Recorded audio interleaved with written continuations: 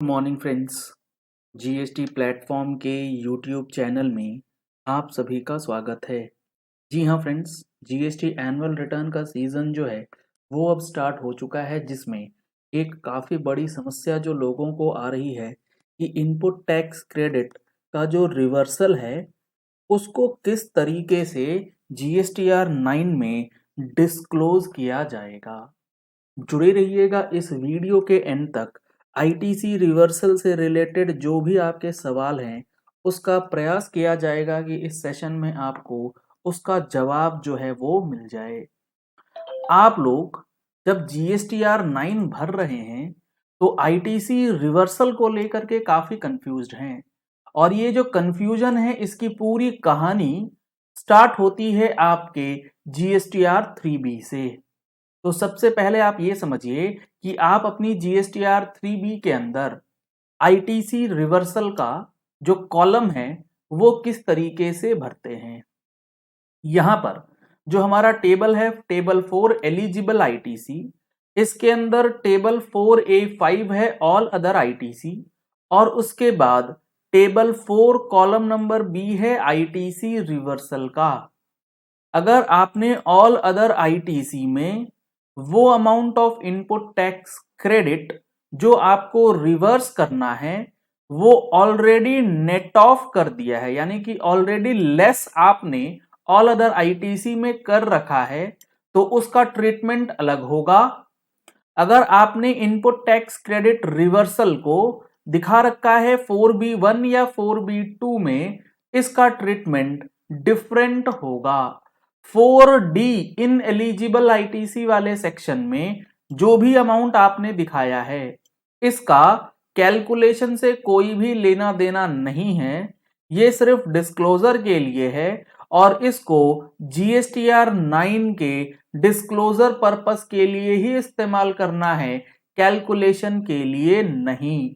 ये सारी चीजें हमने बहुत डिटेल्स में अपना जो जीएसटीआर 99C फाइनेंशियल ईयर 21-22 का सेशन है उसमें ऑलरेडी इंक्लूड किया है। अगर आप लोगों ने अभी तक ये सेशन नहीं लिया है, 599 रुपीज का ये सेशन आपको हमारे मोबाइल एप्लीकेशन पे मिल जाएगा। लिंक आपको वीडियो के डिस्क्रिप्शन बॉक्स में भी मिल जाएगा, या फिर आप दिए गए नंबर्स पे कॉल करके व्हाट्सएप करके लिंक की डिटेल्स ले सकते हैं और उसको डाउनलोड करके ये पूरा सेशन जो है अलॉन्ग विथ नोट्स देख सकते हैं, जिसमें 99C का step by step filing along with all the case studies cover किया गया है। अब यहां पर कंफ्यूजन का सबसे बड़ा मुद्दा यह है कि आप अगर आईटीसी रिवर्सल किस तरीके से 3B में दिखाते हैं, तो पहला सिचुएशन कवर करते हैं।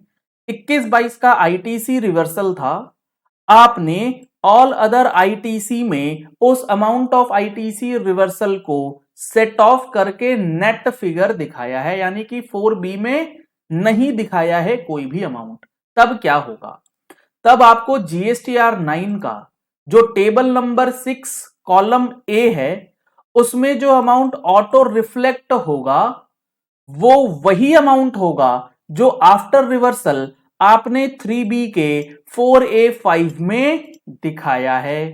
तो यहां पर आपकी समस्या कम हो सकती है, लेकिन लीगली डिपार्टमेंट आपको फंसा सकता है।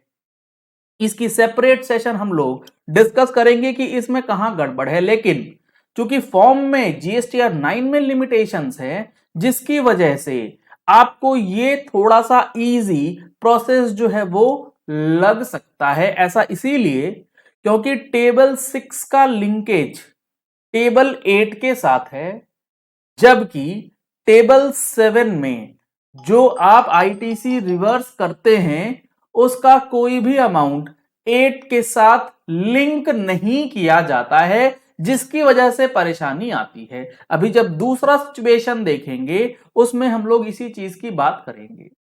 अगर आपने आईटीसी रिवर्सल किया है और ऑल अदर आईटीसी में ना दिखा के उसे 4B1 या 4B2 में दिखाया है, तो होगा क्या?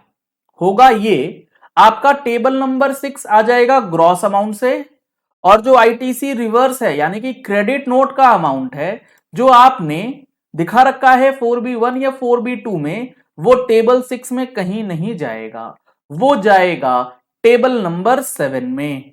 Details of ITC reversed and ineligible ITC for the financial year.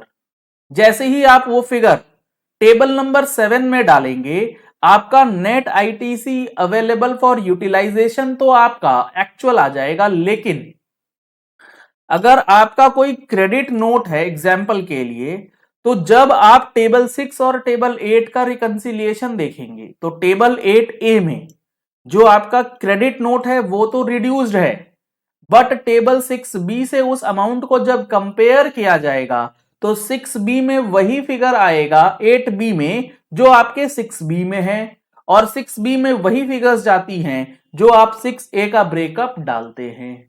तो यहां पर जो अमाउंट ऑफ डिफरेंस 8D में रह जाएगा, ये बेसिकली इसलिए रह जा रहा है क्योंकि टेबल 7 में किया गया रिवर्सल, उसका इंपैक्ट टेबल 7 में जा ही नहीं रहा है, जबकि हमने ऑलरेडी रिवर्सल जो है वो दिखा रखा है। तो आपको यहां पर एक सटीक वर्किंग्स की रिक्वायरमेंट होगी कि रिवर्सल ऑलरेडी टेबल 7 में थ्रू GSTR 3B जो है वो दिखाया गया है।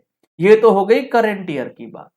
अब बात करते हैं 21-22 का कोई आईटीसी रिवर्सल आप शो करते हैं कब? 22-23 में, जिसकी डेट है कब तक? 30 नवंबर तक आप रेक्टिफिकेशन कर सकते हैं।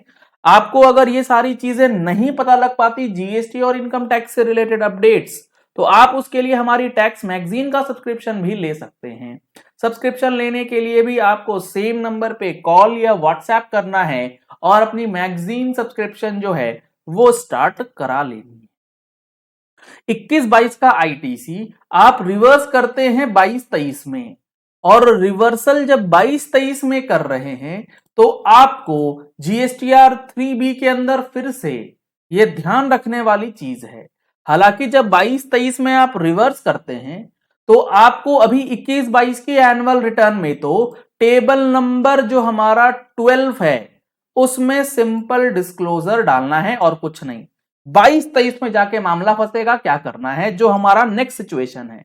अगर 20-21 का रिवर्सल था, आपने 21-22 की जीएसटीआर 3B में किया है और वो रिवर्सल मान लेते हैं आपने 6A में माइनस कर दिया है, पहला सिचुएशन, तो आपको क्या करना है? अगर आपने 6A में 20-21 का आईटीसी रिवर्सल दिखा रखा है, तो जब आप 21-22 की जीएसटीआर 9 भरेंगे तो जो हमारा टेबल 6A है, टेबल 6A वाला अमाउंट आपको यहां पर रिड्यूस्ड मिलेगा, जबकि एक्चुअल आईटीसी ज्यादा है, क्योंकि 20-21 का जो आईटीसी है वो ऑटोमेटिकली 3B के 4A 5 से 6A में आ गया।